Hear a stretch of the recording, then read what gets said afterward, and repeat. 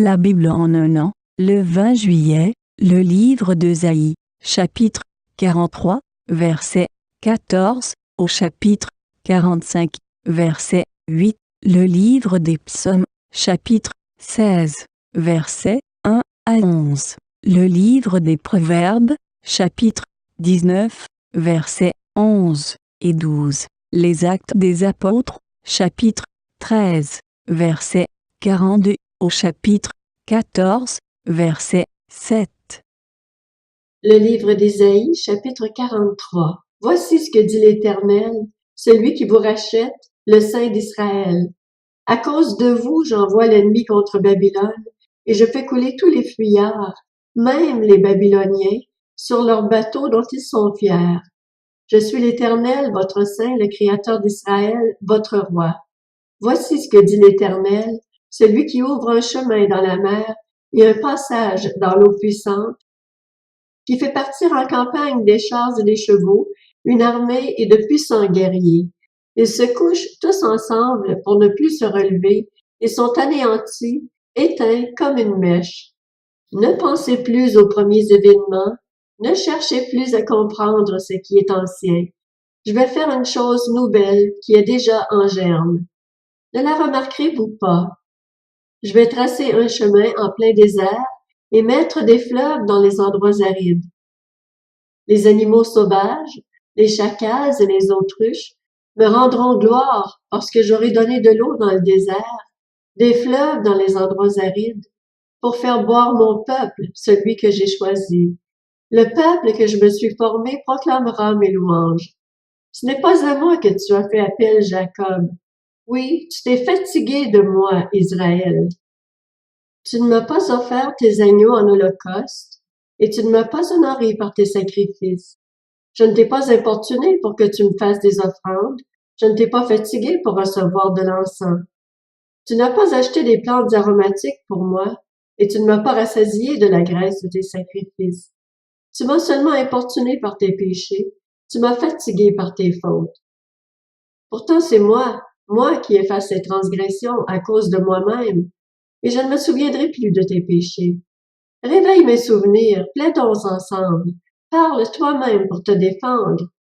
Ton premier ancêtre déjà a péché, et tes interprètes se sont rebellés contre moi.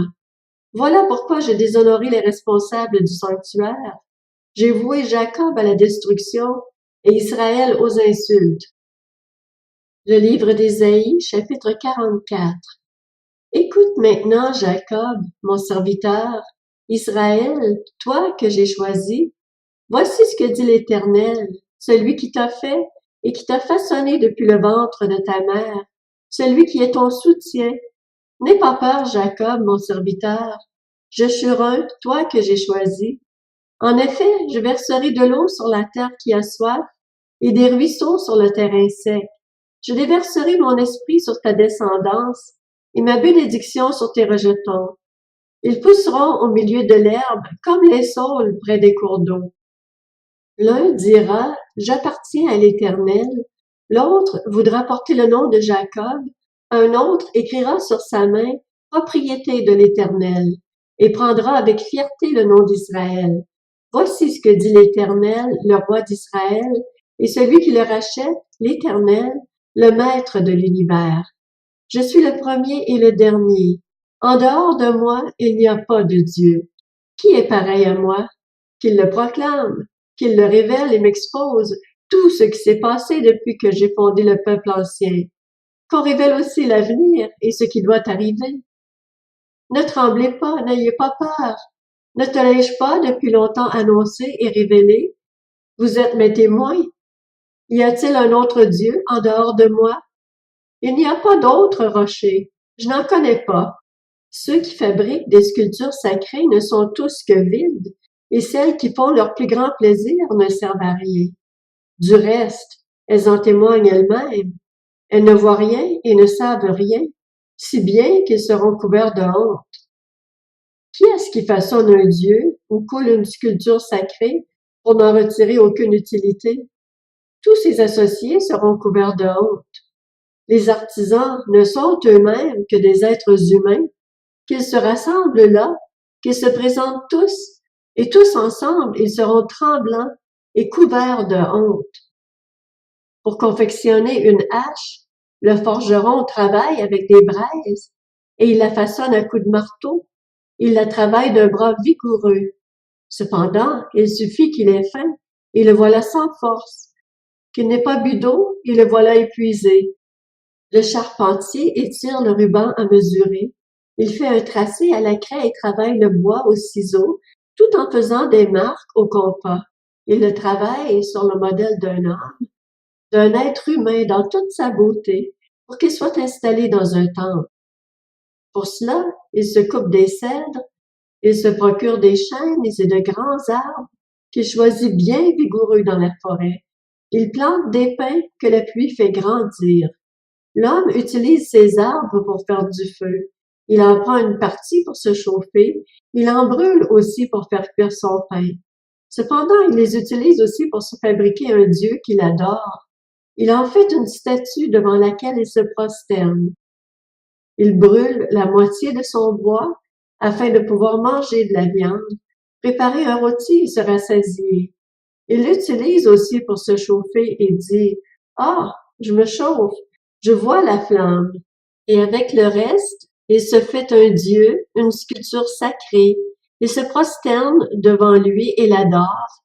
Il lui adresse des prières en s'écriant « Sauve-moi, car c'est toi qui es mon Dieu. » Ils n'ont ni discernement ni intelligence, car on leur a fermé les yeux pour qu'ils ne voient pas, et le cœur pour qu'ils ne fassent pas preuve de bon sens. Il ne se met pas à réfléchir, il n'a ni le discernement ni l'intelligence de se dire « J'ai brûlé une moitié du bois, j'ai cuit du pain sur ses braises, j'ai rôti de la viande pour la manger, et avec le reste, je ferai une horreur. Je me prosternerai devant un morceau de bois. » Il se nourrit de cendres, son cœur s'est laissé tromper et l'égare. Il est incapable de se délivrer lui-même et de dire « N'est-ce pas une fausseté que j'ai dans la main? » Souviens-toi de cela, Jacob. Souviens-t'en, Israël, car tu es mon serviteur. Je t'ai façonné pour que tu sois mon serviteur, Israël. Je ne t'oublierai pas. J'ai effacé tes transgressions comme un nuage, tes péchés comme la brume. Reviens vers moi, car je t'ai racheté. Ciel, réjouis-toi, car l'Éternel a agi. Profondeur de la terre, criez d'allégresse. Montagne, éclatez en cris de joie. Et vous aussi, forêt, avec tous vos arbres. En effet, l'Éternel a racheté Jacob. Il a montré sa splendeur en Israël. Voici ce que dit l'Éternel, celui qui te rachète, celui qui t'a façonné dès le ventre de ta mère. C'est moi, l'Éternel, qui suis l'auteur de tout. Tout seul, j'ai déployé le ciel. Par moi-même, j'ai disposé la terre. Je fais échec au signe des faiseurs de prédictions et je frappe de folie les devins. Je fais reculer les sages et montre la stupidité de leur savoir. Je confirme la parole de mon serviteur et je mets à exécution les décisions annoncées par mes messagers. Je dis à propos de Jérusalem, elle sera habitée, et à propos des villes de Juda, elles seront reconstruites et je relèverai leurs ruines. Je dis aux profondeurs de la mer, asséchez-vous. Je vais faire disparaître vos courants. Je dis à propos de Cyrus, il est mon berger et il accomplira toute ma volonté. Il dira à Jérusalem, sois reconstruite, et au temple, que tes fondations soient posées. Le livre d'Ésaïe, chapitre 45. Voici ce que dit l'Éternel à celui qu'il a désigné par onction, à Cyrus, celui qu'il tient par la main droite, pour écraser des nations devant lui, et pour désarmer des rois, pour ouvrir des portes devant lui, afin que les entrées des villes ne lui soient plus fermées. Je marcherai moi-même devant toi, j'aplanirai les pentes, je mettrai en pièces les portes en bronze, et je briserai les verrous en fer. Je te donnerai des trésors dissimulés par les ténèbres, des richesses cachées, afin que tu reconnaisses que je suis l'Éternel, celui qui t'appelle par ton nom, le Dieu d'Israël. C'est à cause de mon serviteur Jacob, à cause d'Israël, celui que j'ai choisi, que je t'ai appelé par ton nom. Je t'ai donné un titre alors que tu ne me connaissais pas. C'est moi qui suis l'Éternel, et il n'y en a pas d'autre. À part moi, il n'y a pas de Dieu.